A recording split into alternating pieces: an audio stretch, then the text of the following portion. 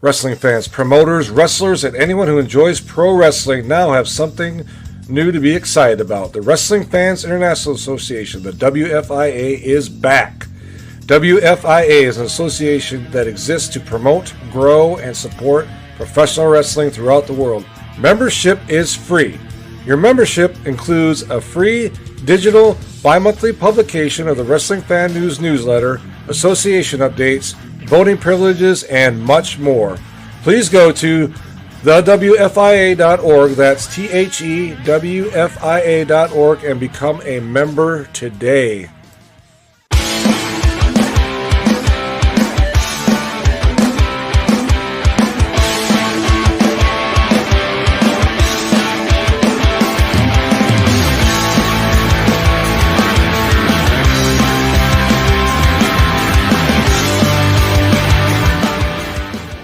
Everybody, this is Rick Del Santo, and you're listening to the PWZ podcast. And I want to welcome a very dear friend of mine, Jimmy Kulik, the Woo guy. What is up, my friend? The Prof is in the house. I'm talking to the Prof of professional wrestling. That's for sure. See, we can say pro wrestling on this, and we're not going to get our hands slapped by you know who. It's not sports entertainment. It's not sports entertainment. It's pro wrestling. Let's get that straight. Wrestling. That's right. Yes, that's right. So I want to welcome you. This is your first time here. Out of no, I think I've known you about 4 years roughly since probably the beginning of the pandemic. And now we of course had a conversation. The audio failed, so we're starting again. So I want to get back into that. We owe our friendship here to one Mr. Don Kincaid, who during the pandemic, instead of keeping things boring and everybody sitting around in their damn houses, Don tried to fix some stuff and keep people interacting with each other. He was doing his Kincaid Files, his Stirring the Pot show. And of course, he was doing the Fan Roundtable, which both me and Jim were a part of.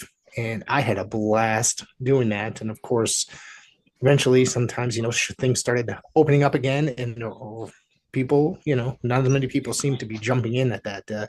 As much as I'd probably still like to be taking part in something like that. But they were quite interesting times, wouldn't you say? Oh, absolutely. Don Kincaid is a complete class act. Nothing like Don Kincaid. The Kincaid Files, Stirring the Pot, whatever you want to name his shows, amazing. Now, let me tell you something. The Fan Roundtable was a much needed diversion during the pandemic. And that was a rough time for everybody.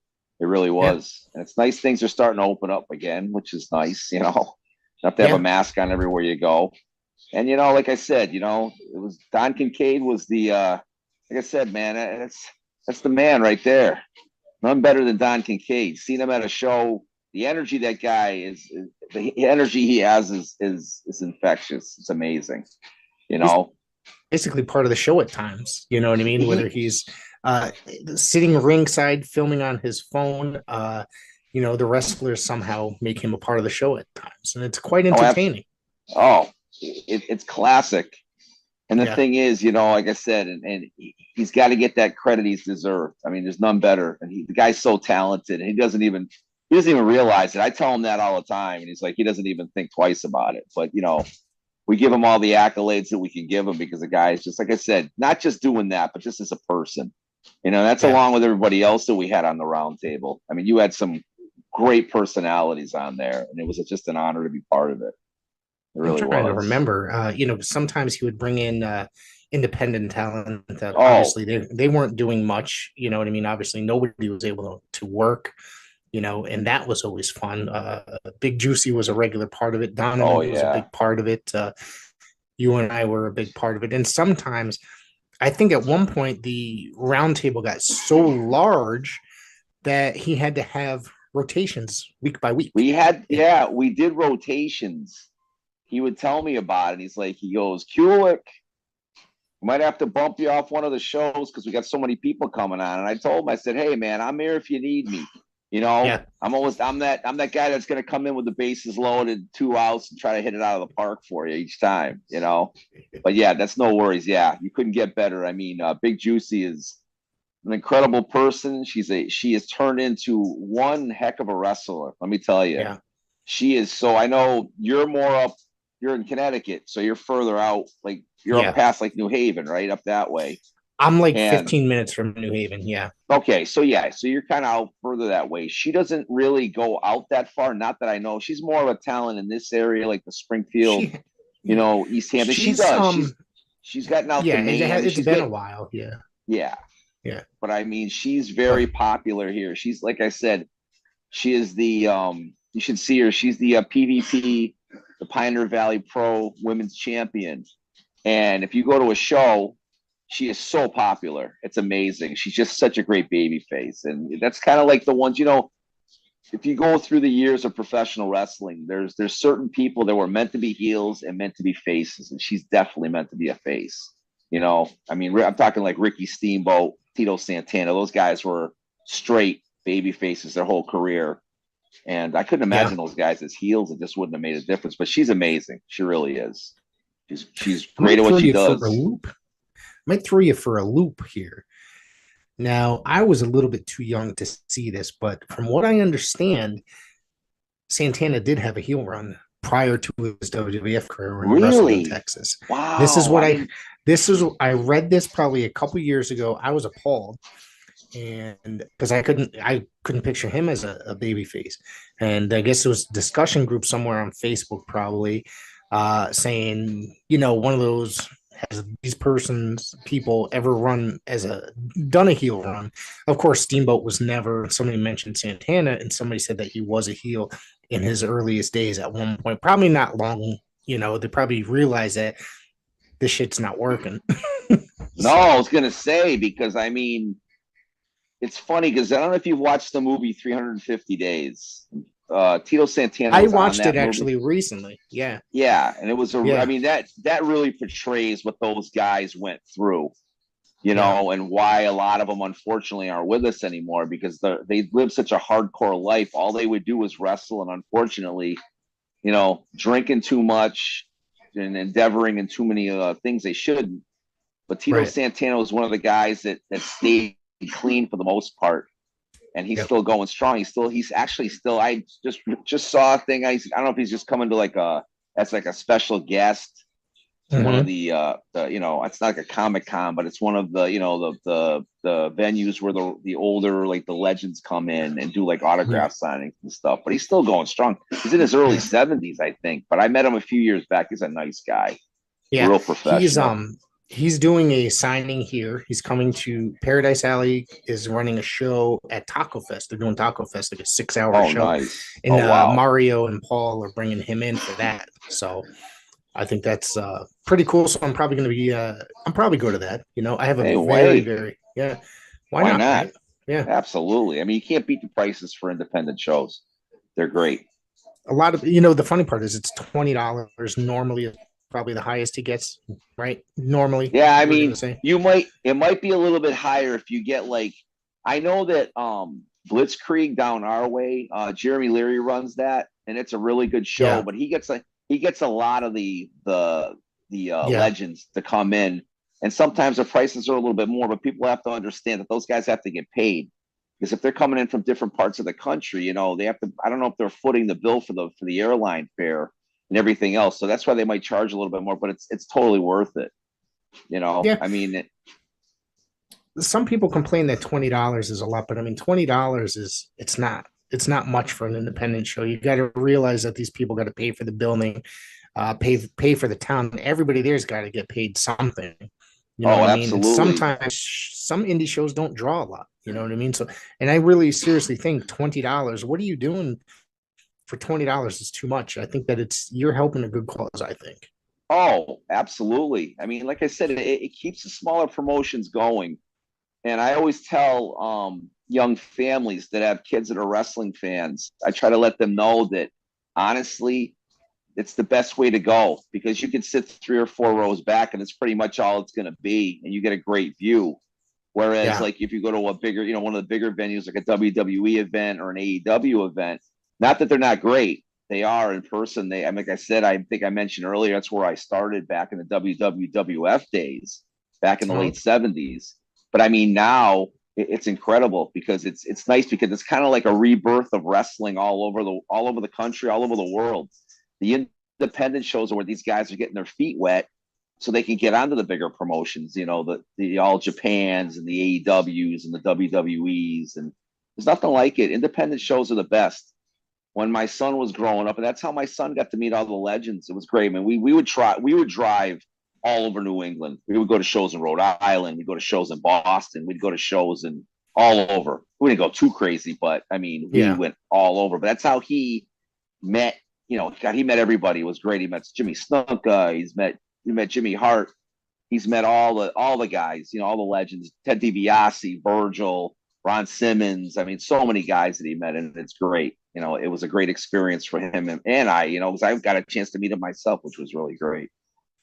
When did you discover independent wrestling outside of the WWF or the NWA? Oh, yeah. To be honest with you, I'd say probably back around 2010, 2011. Oh, really? That late? Okay. Yeah. I didn't really go to the shows. I would just go to the major shows, like the WWE events or the WWF back in the day.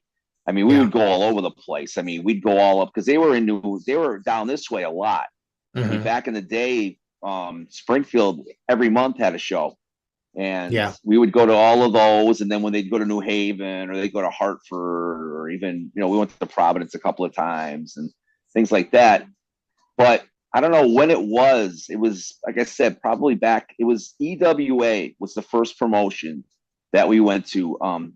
And Doc ran that. That was his promotion, and Antonio the Promise Thomas was a big contributor to that promotion. Also, he's a real close friend. He's a great guy. He is one of the most talented wrestlers to ever don the tights, and he doesn't get that credit he deserves. He's amazing. He's just a great guy and a great performer, and he's a great teacher to the young guys. I know that him and the Kingpin Brian Malonis right at the moment are running some type of a school. I'm not sure. I know it's in the Worcester area, and I saw that. And you can't get better than those two guys. The best. I mean, if you're gonna get, anybody listening to your show, which I'm sure you got thousands listening, my friend, and future professional wrestlers, those are the guys you want to talk to because they've been there and done it. And Brian Malonis, I've been watching him for years, and he is, like I said, as far as they call them quote unquote like the super heavyweight. Hey man, you got to give him a lot of credit, man. He's been working out hard. He's dropped like 100 pounds, but even when he was bigger, he still was very mobile and excellent. But I mean, for me, it was the EWA days. That's where I got my baptism into the world of independent wrestling. And like I said, but a lot of guys, Sasha Banks actually.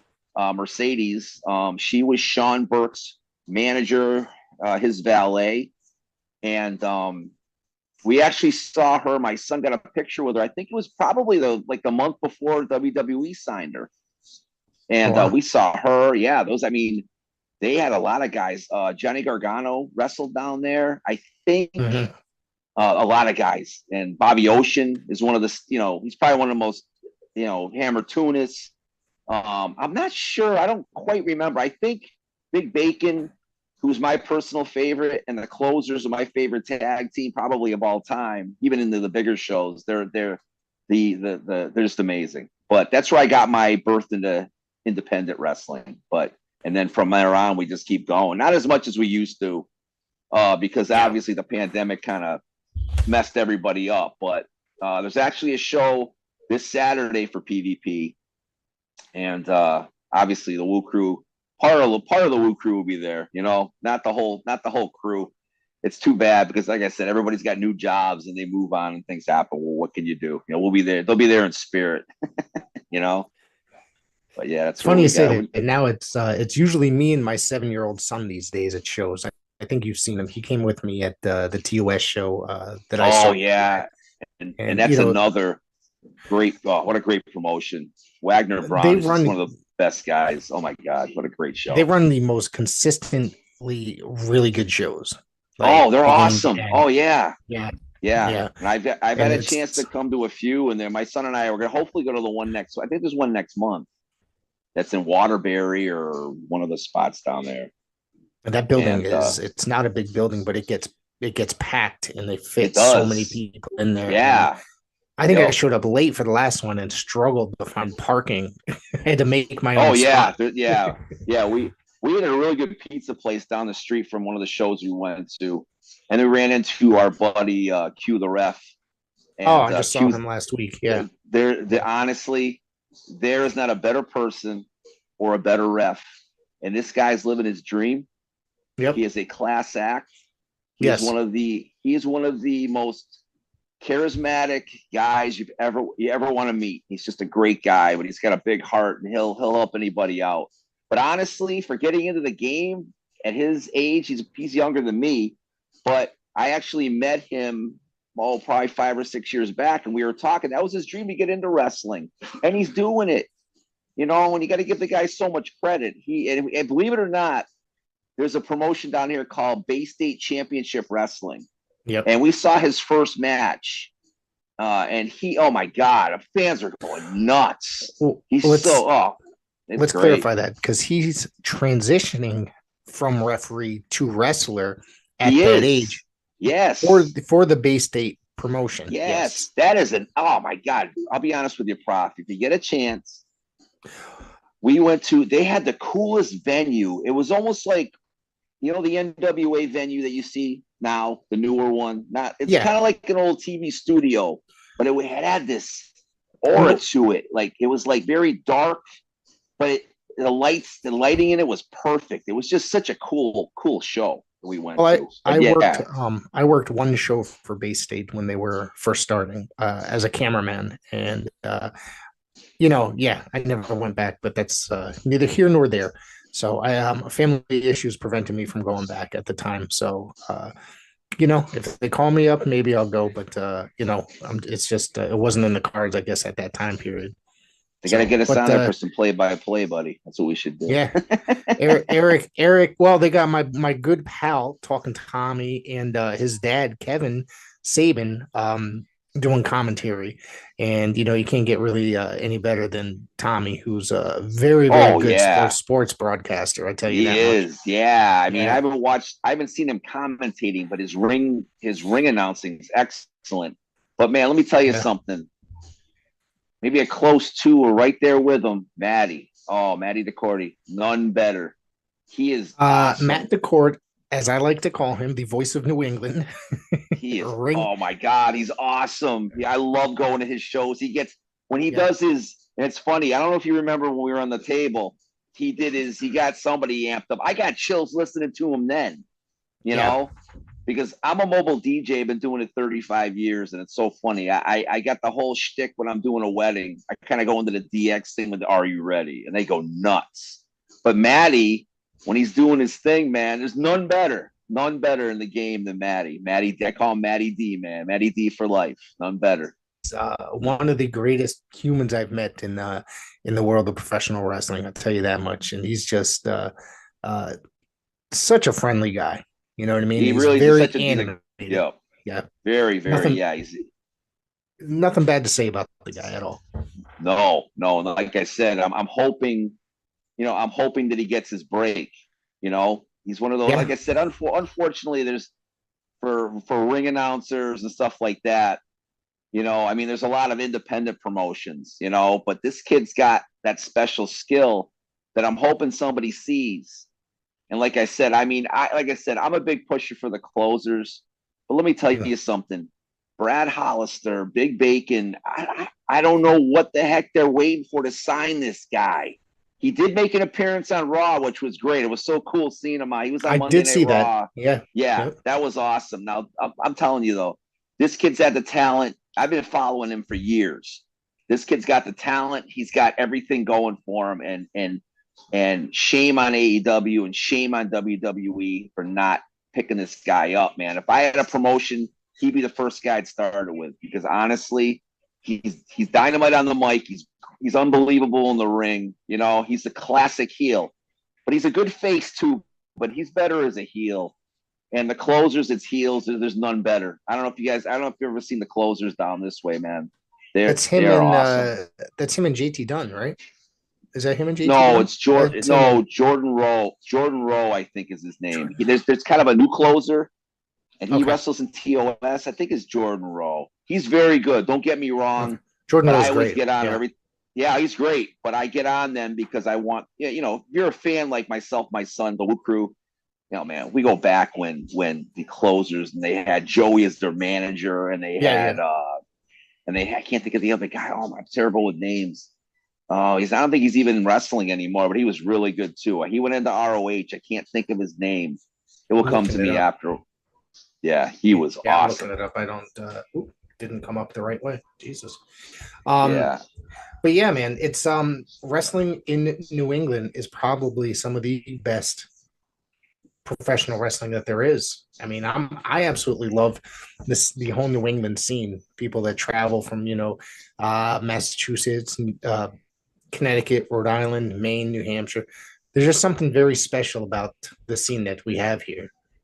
Oh, absolutely. You can't beat that. I mean, like I said, we're going to get a show for $20. Can't even go to the movies for $20 these days. No. And these guys are out there, clawing and scratching. And it's so funny because, as a wrestling fan, my biggest thing was getting on the guy's case, you're this, you're that, you're whatever. This is years ago. The world of independent wrestling taught me what the business was all about. And now, I had so much respect for them back then, growing up with Hogan and the Warrior and all those guys. Macho Man. Those were my guys back in the day. But now I see the blood, sweat, and tears that the independent wrestlers have to go through day in and day out, and all the traveling they do. And there's nothing better than the independent shows, and then seeing them get to the show is amazing. It's so cool. Yeah. I love seeing the NXT champ. What was his name down here? I always forget. It was Christian Casanova before. Christian Casanova. Yeah. I don't know if you ever went to, that probably the biggest promotion in the area is NEW. I don't know if you've been to NEW shows. Oh yeah, they run shows probably 15 minutes from my house in Bethany, Connecticut. I just hop right on. Yep. I hop right on. Actually, from my house here, I put it in my my GPS because and it just takes me through the back roads. Boom, 15 minutes. I'm there at the Bethany Town Hall. Can't beat that. No, it's great because it's funny that like I grew up in that town, Bethany, Connecticut, and I could never find that building no matter what. So we drove up we went up there. It's funny though. It's almost like when we go up there, it's like the talent increases just a little bit because believe it or not, there's a lot of guys that have been on NEW that are actually in the show right now. Yeah. And we caught Cody on his independent run when he was their champ. And what was so cool about it was Cody, Bacon, and I think it's I always forget his name. Dijak. Dijak. Okay. Yeah. It was a triple threat match with those three. What a match that was. Yeah. But it was like I said, but those guys have both made. You knew Cody was going back. But at some point, yeah. But I don't know what the heck they're waiting for with Bacon. It really annoys me that I don't know what they're waiting for. This guy's in the best shape of his life. He's training hard.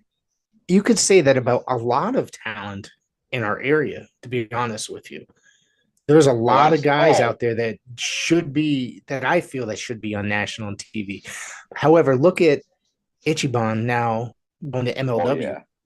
Oh, yeah. Ichiban's awesome. Oh, I don't know if you remember that match. It was from a show last year.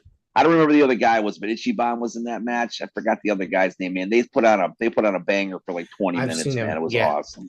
That's my son's favorite wrestler is Ichiban, my 7-year-old, or actually 8 years old. He's going to be 8 tomorrow. Happy birthday tomorrow. He loves Ichiban, and man, I don't think that dude could put on a bad match, honestly. No, I've seen him 2 or 3 times, and honestly, awesome. But I'm telling you, man, TOS is something special. They really are. They've got honestly the best school in the area, and there's none better. Yeah. I mean, I know, like I said, I know that Q's gone up there to do a lot of work. I know that he works down here with in Kevin Landry's spot.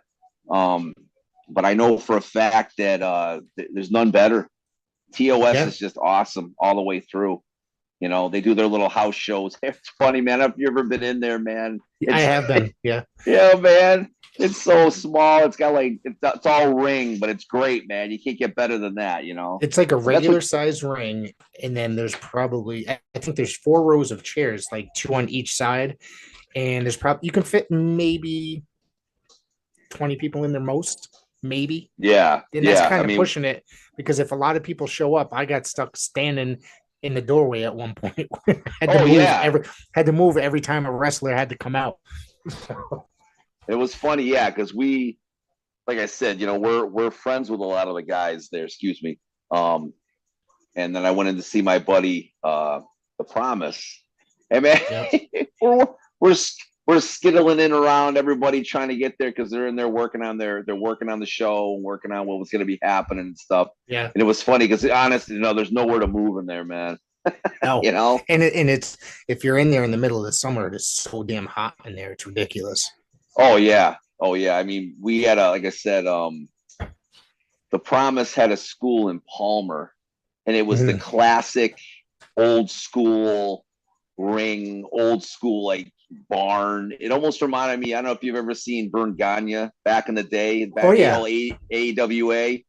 All that old footage that they show in the barn. Yeah. Yes. Yeah. So not quite like that, but it had that feel to it, man. And it was nothing better.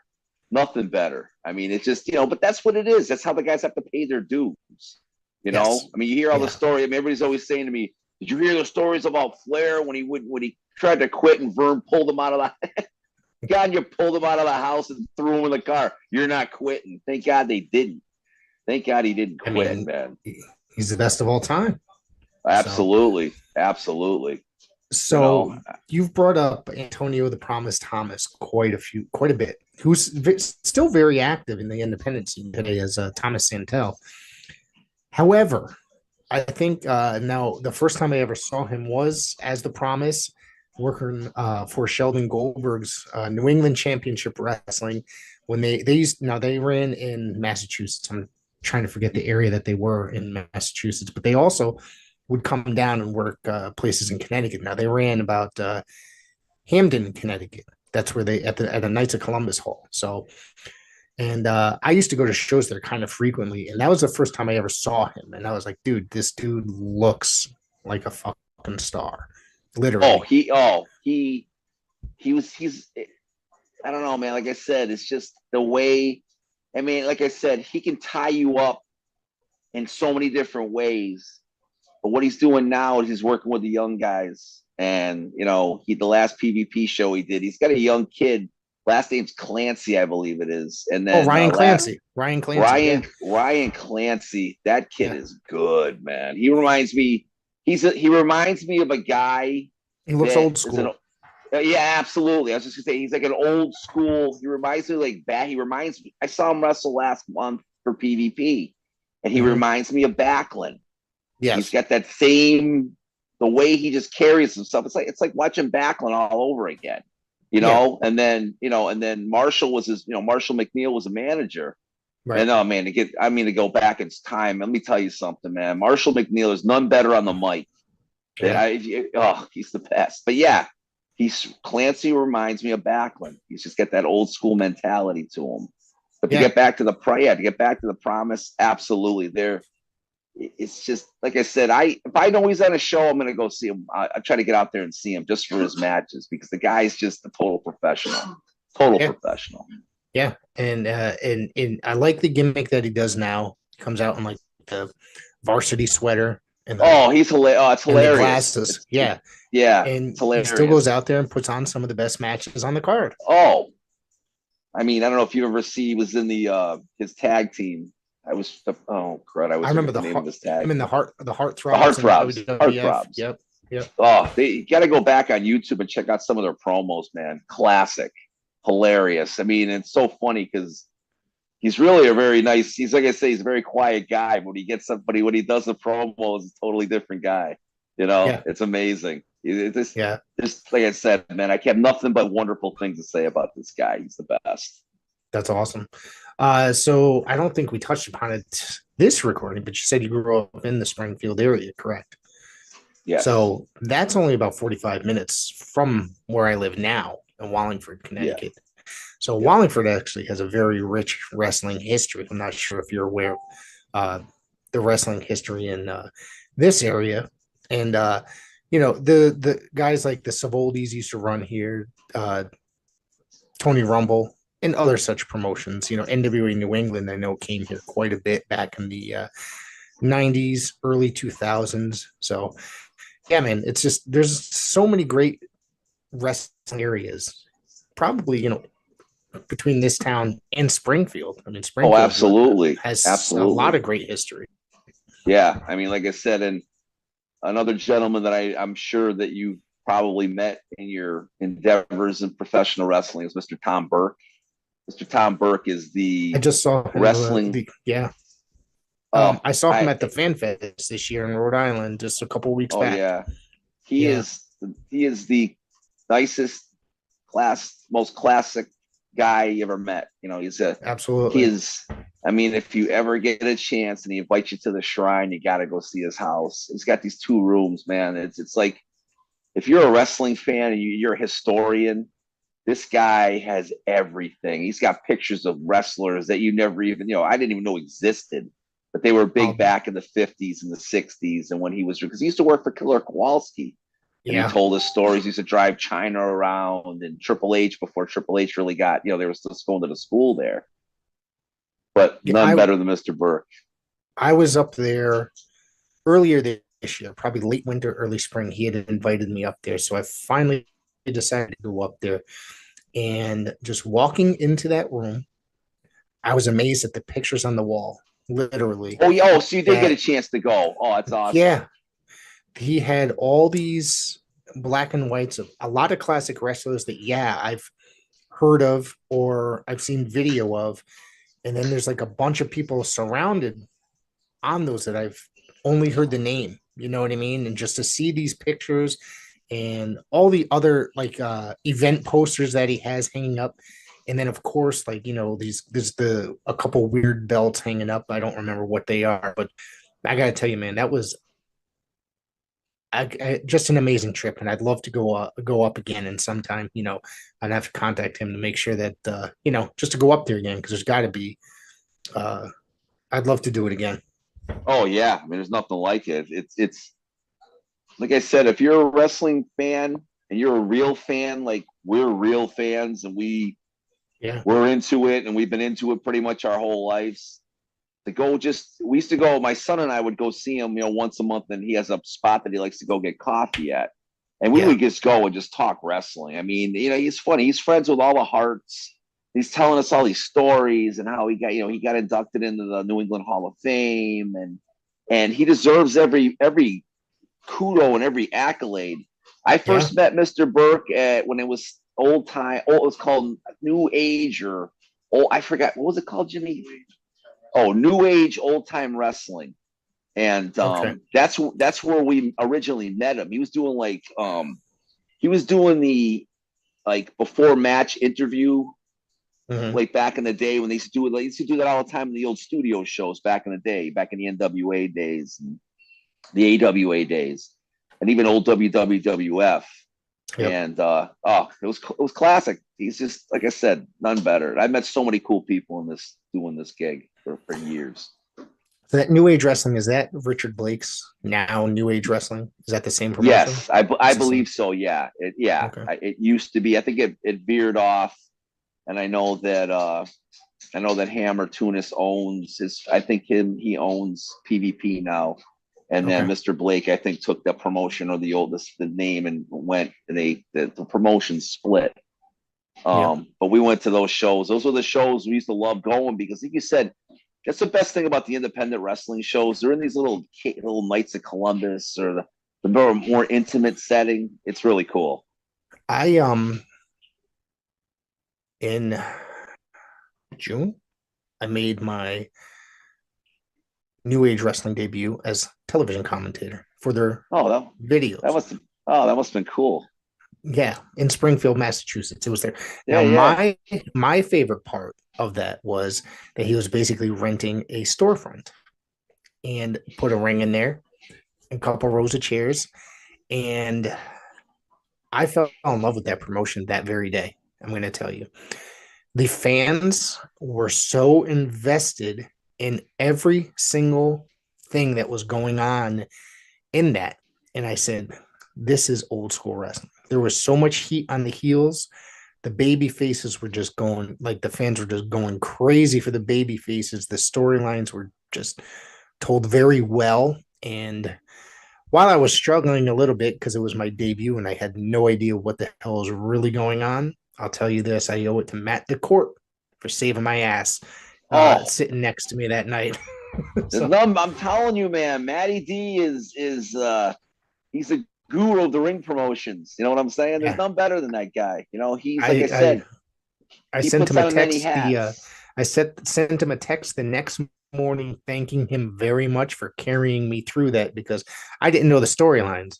They didn't give me notes. I just took a picture of what was going on in the back, the match lineup, and I worked with what I had. And Matt helped me. And then when I watched the video back, I thought I failed, and I was just like, he's never having me back. But I watched the videos back, and I said, hey, I did a lot better than I gave myself credit for, to be Oh, honest with you. It ended up delivering. So well, that's great. Like I said, you yeah, know, you're knocking something off the bucket list. You know, yeah, my personal thing I want to do just once is be a manager, just once, or do some like color commenting. I don't think I want to take I wouldn't want to take the reins as the yeah, main guy, but I think I'd be a really good color guy. You know, yeah. I'd be kind of like, you know, I'd be Bobby Heenan to Monsoon, where Monsoon would be doing all the commentating. I'd be the other guy, you know, throwing in his 2 cents. You know, like Corey Graves. Now there's none better. He's the best. Yeah. He's absolutely one of the best. You know. You speaking of Corey Graves, now we were talking about New England and professional wrestling. Sterling James Keenan. Now he worked at the independent circuit under that name prior to WWE and becoming Corey Graves. Oh wow, I So didn't realize that. Yeah, I mean, like I yep, said, there's. It's funny because down our way, I wish I had gone to more independent shows when I was younger. I remember they used to have them at the Hukilau in Chicopee, and yep, Piper would be there. And you know, something I used to always see the little sign. It would say professional wrestling. It would be up on the you know the lawn, you know, 20 yards from the place. But I don't know yeah, why. Just at the time, didn't go. You know, my son was very young at the time, probably too young to really understand it. But then when he got older, I mean, we went all over the place. I mean, honestly, prof, we went everywhere. Anytime we'd see a show, we're there. Let's go. We're there. I think I started going to independent wrestling shows in the 90s, probably 93, 94. Now there was a Well, group. so you've Yeah. been going for yeah, you've been going a lot longer than I have as far Yeah. as the independent stuff goes. You Yeah. know. Well, once I discovered independent wrestling on TV, probably in the late 80s, maybe with the Savoldis and their CW Yeah. or what have you, it was all over for me. I decided that I like this. You know what I mean? There was something special about independent wrestling.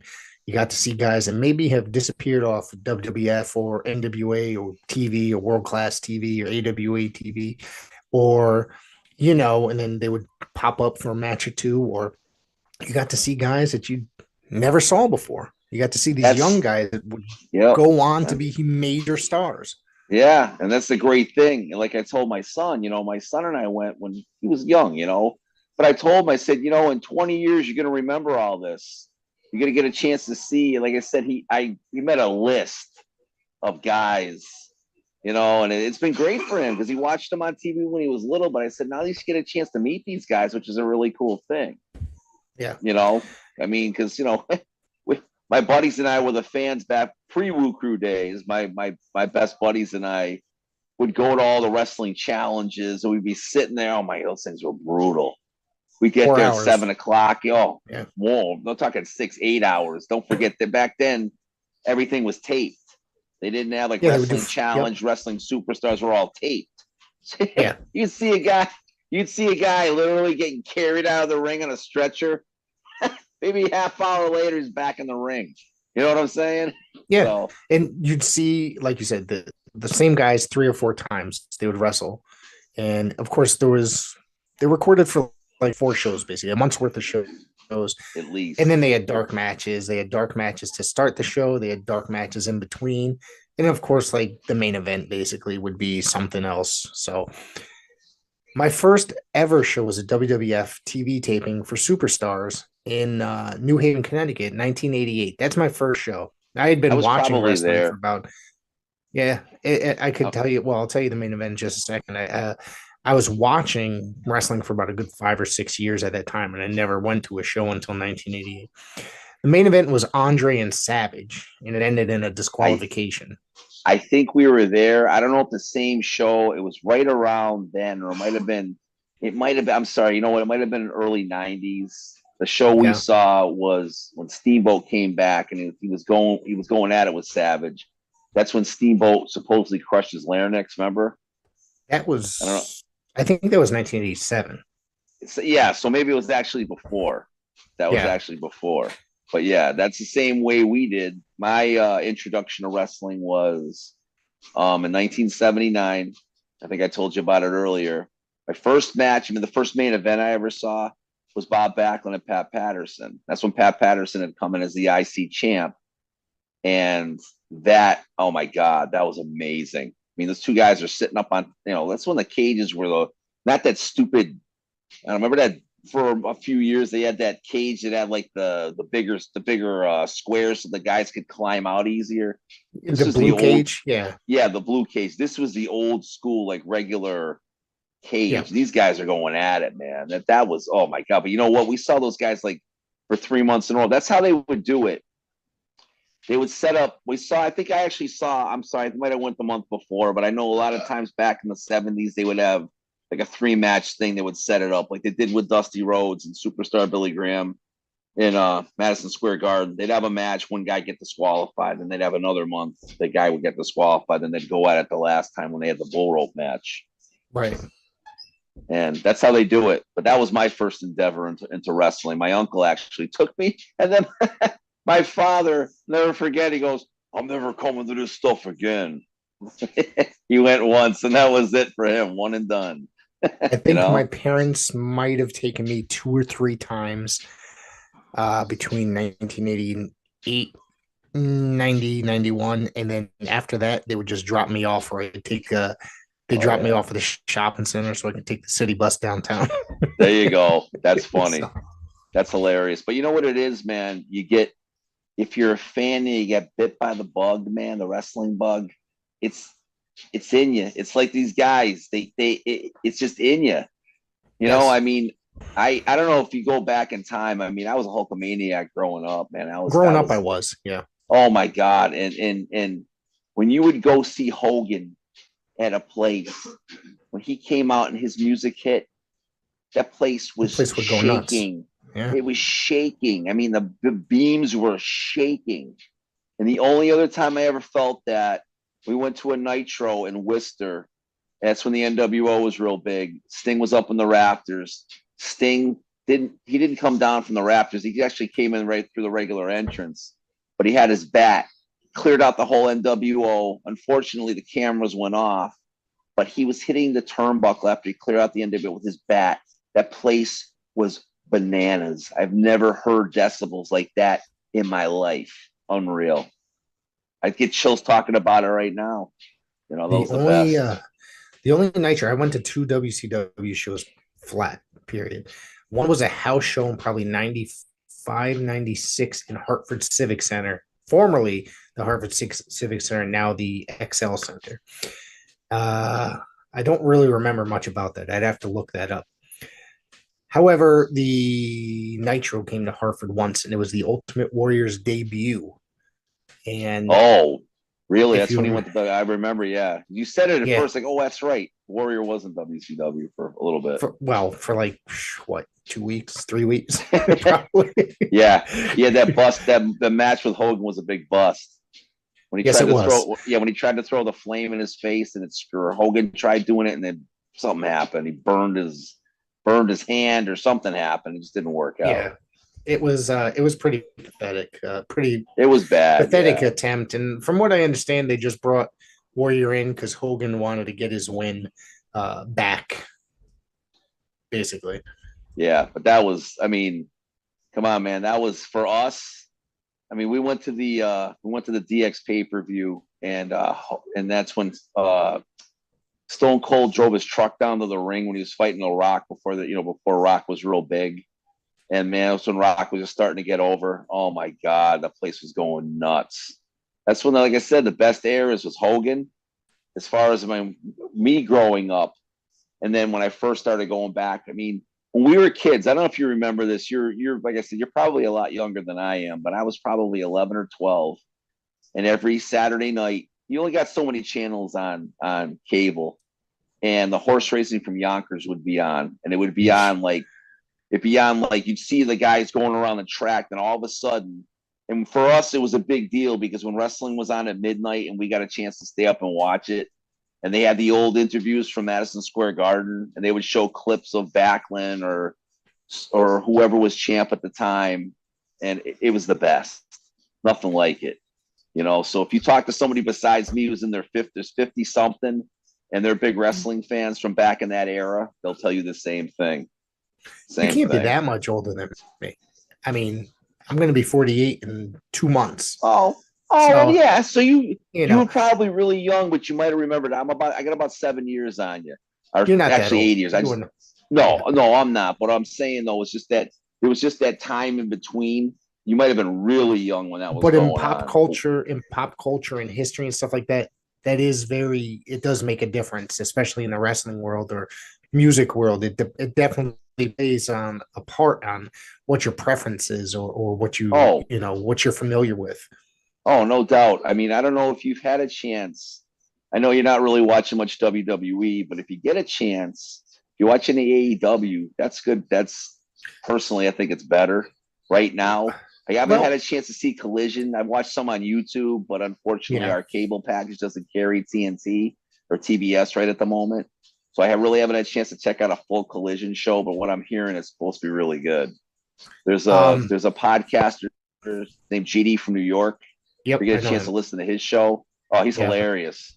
He just curses too much. He doesn't need to curse all that much, but he is very knowledgeable about all this, and that's just fun to watch. I love watching his reviews on it all, but that's good stuff. It's a really good the promotion's really good. It's not that I don't enjoy the WWE or AEW. It's just I get very frustrated with watching both promotions. It's when AEW first started, I thought there was a lot of promise there, and then I thought that they just had some kinks to work out, right? Because it's a new promotion, they have to find their bearings basically. And then it got really, really good, but I was like, there's still something missing, but it is really good. It's not, WWF in 1985 good, or what have you. But then all of a sudden it just took a turn for the worse, and I struggle to watch it. You know what I mean? Sometimes when I don't, I work Wednesday nights, so I get home probably just as it's ending, but I do record it, and then I'll start to watch it. And that's another program. If within half an hour, if I can't get into what's going on, I'll just shut the whole thing down and just say, well, it was a good attempt, but I mean, I can't do it. I'm the same way. I mean, unfortunately, that Vince was, with everything going on with all the scandals and stuff, Triple H took WWE's creative over. And let me tell you something. I mean, I'll be honest with you. Oh, night and day for like 6 months. I wasn't missing Raw. It was like the old days again. Then all of a sudden he came back in the picture and it's getting all watered down and all boring again. Like it was, I mean, the guy, GD from New York, the guy is so passionate about what he does. Because that's what he does for a living. So he's really good. But like I said, he's so passionate about what he's watching. He gets so disgusted with it. I mean, not as bad. When Triple H came, it was like a totally different story. Yeah. And he really likes AEW, which is great. But the product got so watered down for so long. I mean, it was hard to watch.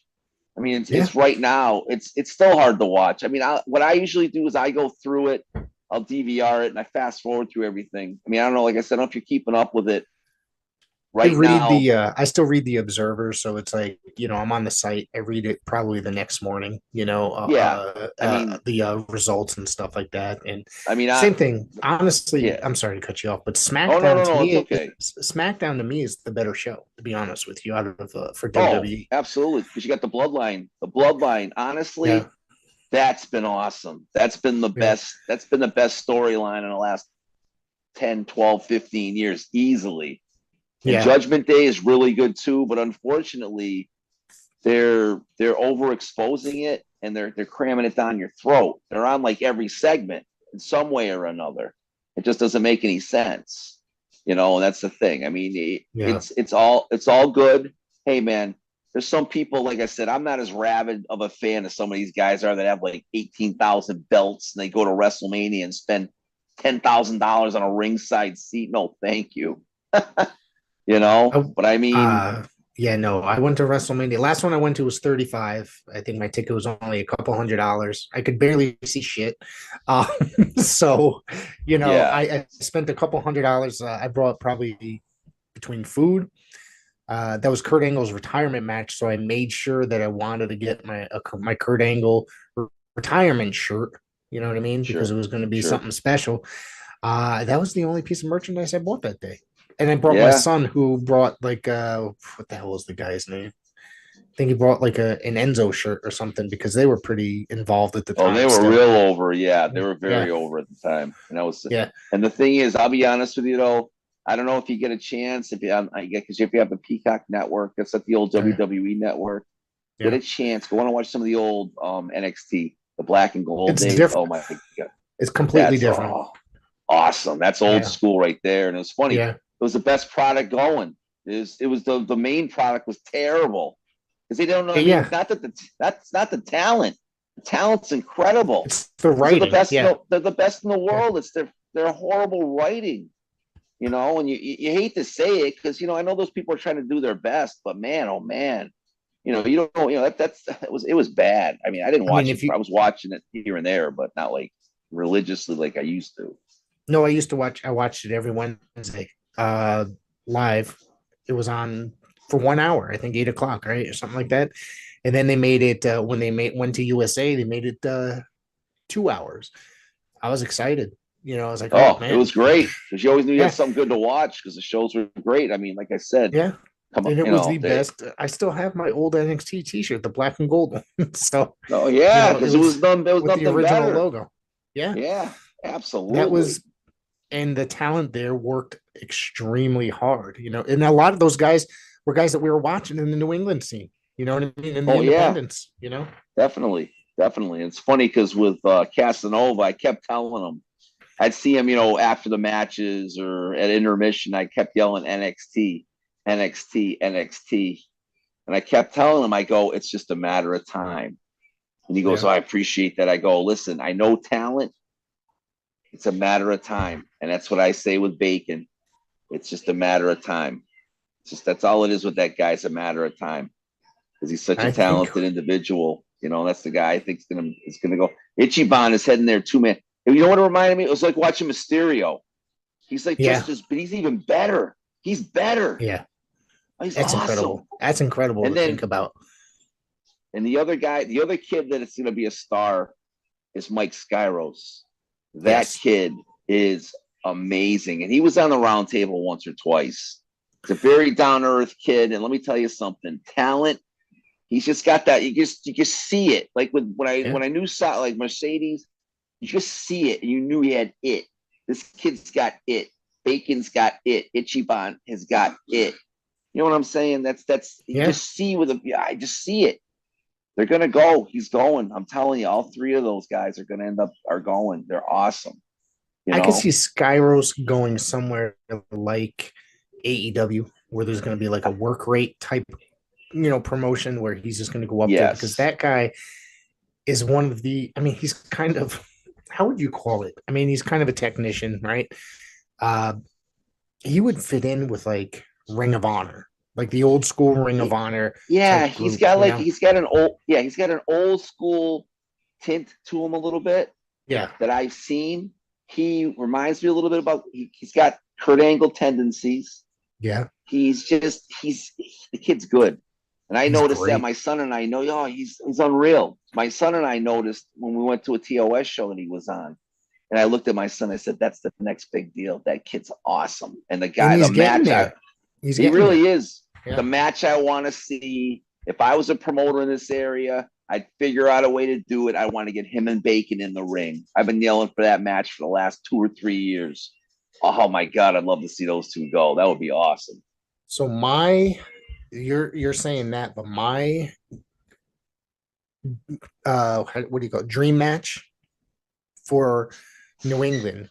I want to see Skyros and Kylan King in a best of seven match Oh yeah, that would be or good best of too. seven series, excuse me. Absolutely. Yeah, And that would be awesome. I think because Kylan King, we haven't spoken about him on this show yet on tonight. That there's something special about that.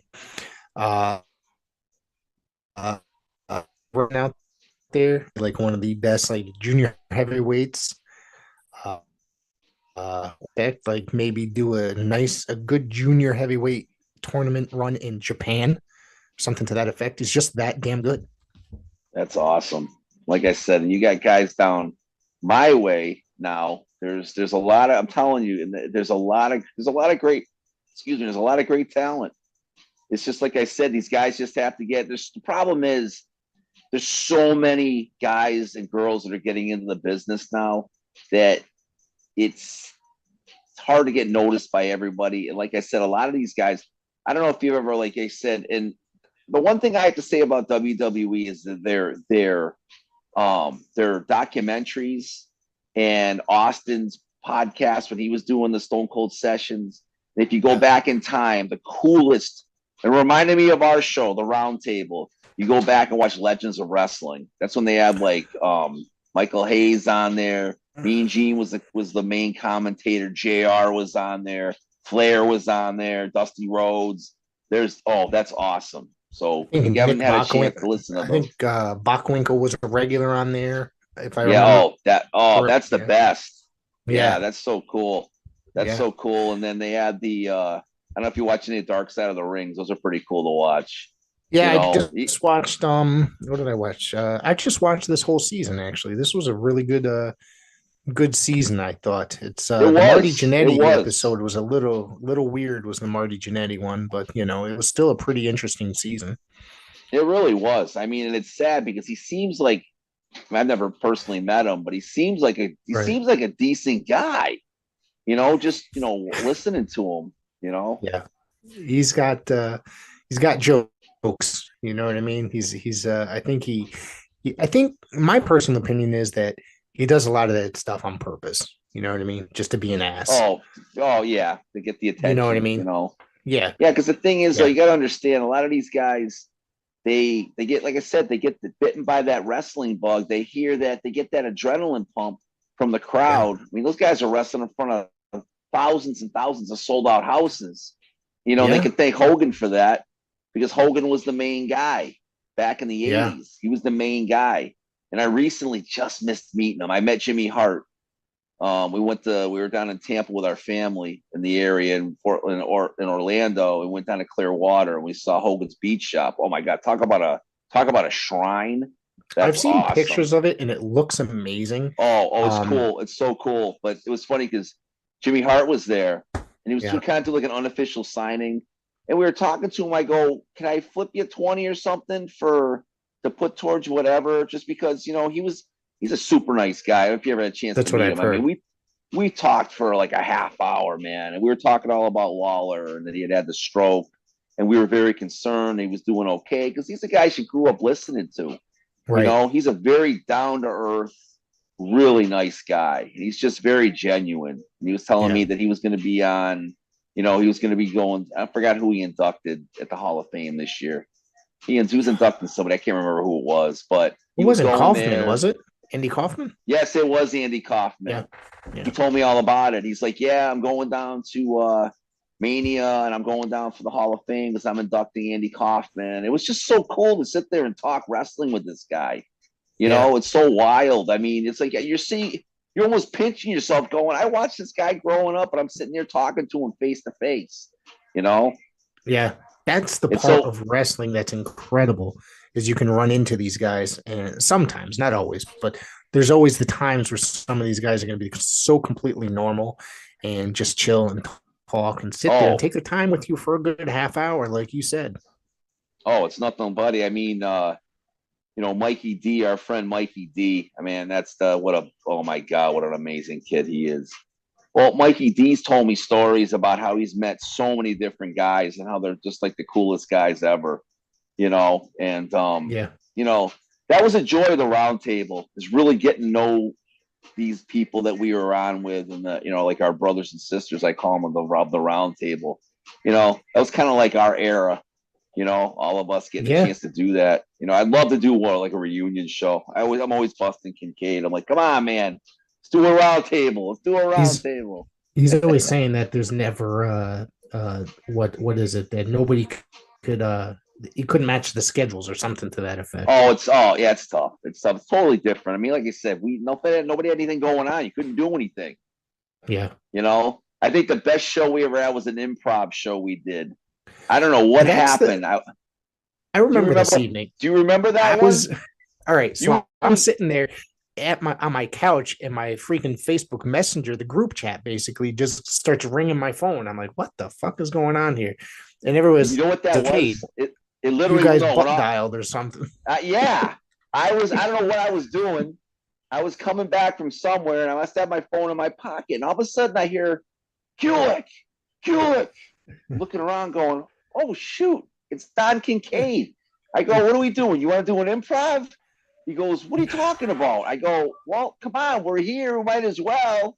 And then you came on, and Mikey came on, and Juicy came on. I think it was pretty wild, And then you guys always be hollering about my dogs. Ain't nothing wrong with dogs. No, it's like I want to get a dog. My wife won't let me get a dog. There's Bobo right there. There you go. So, yeah, go ahead. Oh, all good stuff. None better. Yeah, like I said, none better. You know what? We should book a reunion. We should do it here. I'll distribute it. Kincaid's supposedly done for the time being, so let's do it. I'll bring it. Yeah, jump on. Hey, anytime. Just let me know. And like I said, with our DJ business, most times we're mostly busy Fridays and Saturdays, but any other day, I'd do it in a heartbeat. Absolutely. Can't get better than that. So, Jimmy, we should wrap it up a little bit because we're going for about an hour. That's usually what I try to keep these things. That's perfect. That's perfect. I want to tell, so for everybody that's listening that enjoyed this conversation, I enjoyed this conversation quite a bit. Why don't you tell everybody where you could be found on social media? Oh, for myself, you can just look up Jim Kulik on Facebook. And my DJ business is called the Kules Connection. And if you're in any need of somebody to do your wedding, we've been in it for about 35 years. Do weddings, Jack and Jill's, birthday parties, bar mitzvahs, bat mitzvahs, pretty much whatever the occasion calls for as far as that goes. And just, hey, you want to talk wrestling, you want to, and as far as the Woo Cru, we're just there. We have a little page. You don't really do too much with it. I don't really, unfortunately, have the time to sit there and get into it too much, but it is a fun thing. It's like I said, it's just to honor Ric Flair. And we go to the shows and just yell and have a good time and try to get basically doing our job to get the fans and get the guys and the gals all fired up. So that's us, man, right there, brother. It's professional wrestling. You can't go and be quiet. No, that's our job. They know when we walk in the building, believe me.